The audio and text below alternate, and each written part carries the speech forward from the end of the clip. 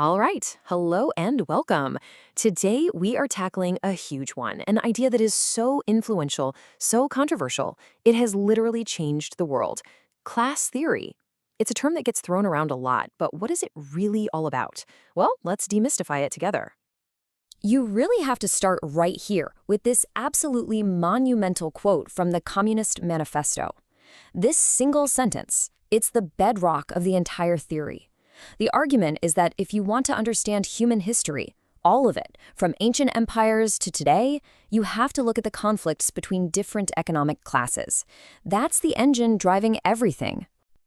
So here's our roadmap. We're going to start with that core argument. What's driving history? Then we'll define what class actually means in this whole thing.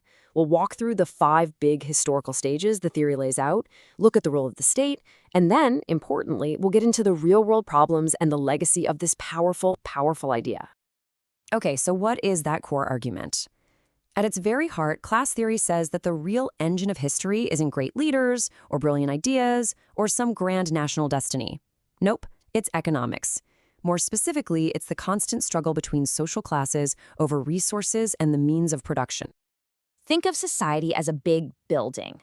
This theory says that the foundation, the economic base, determines the shape of every single thing built on top of it. What we make and how we make it, that's the most fundamental part of who we are as a society.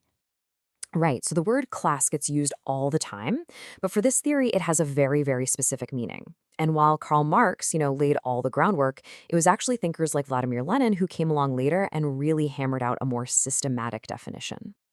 And that definition is incredibly precise. See, according to this view, class isn't just about how much money you have in the bank. It's about your fundamental relationship to the means of production. The tools, the factories, the land, all the stuff that creates wealth.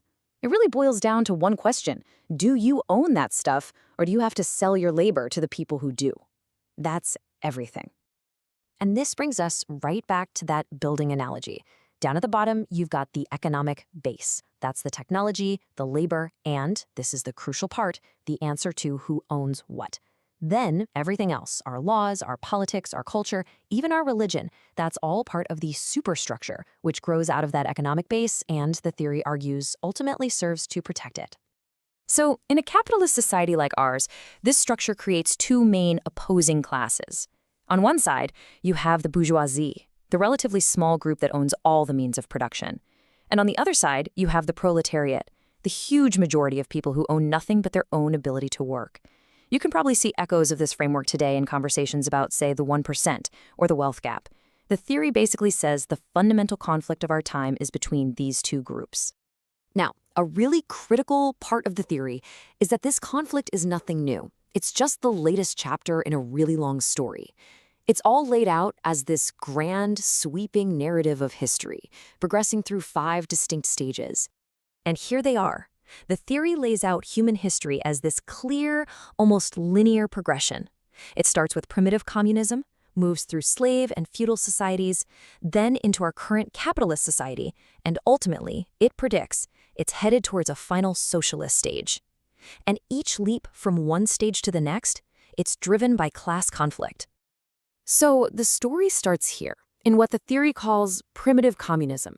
In early human societies, production was so basic, there just wasn't any extra wealth or surplus to fight over. No private property meant no class divisions, and therefore, no class struggle.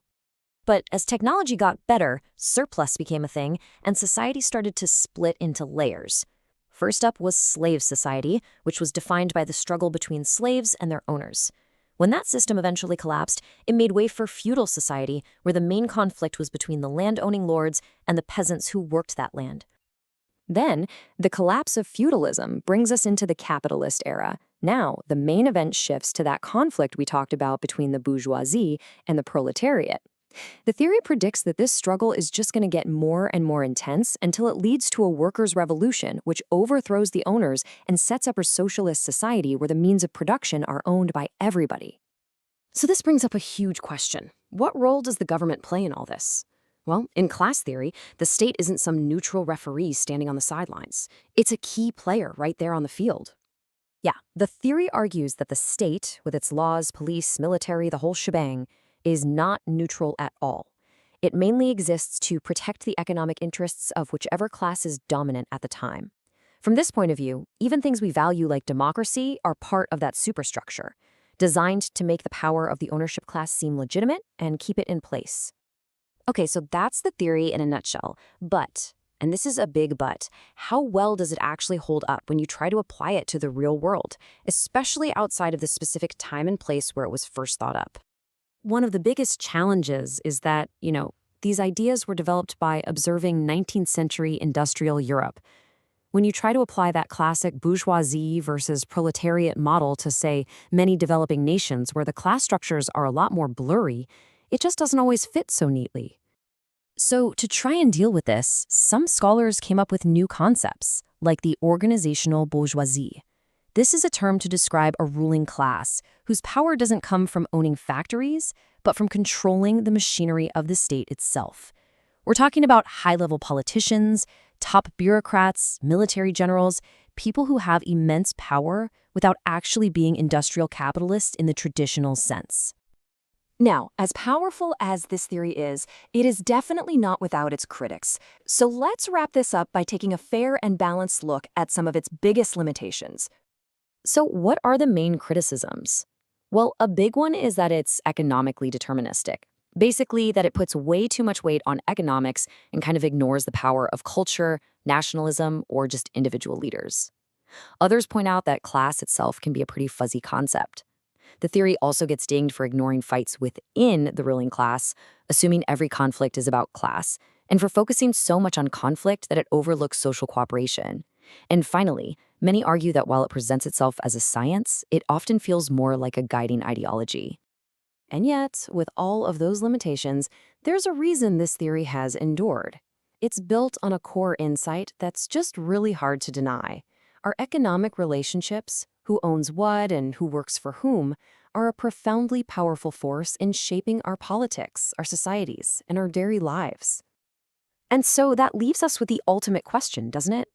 Is class the master key that unlocks the secrets of all human history? Or is it just one very powerful piece in a much, much larger and more complicated puzzle?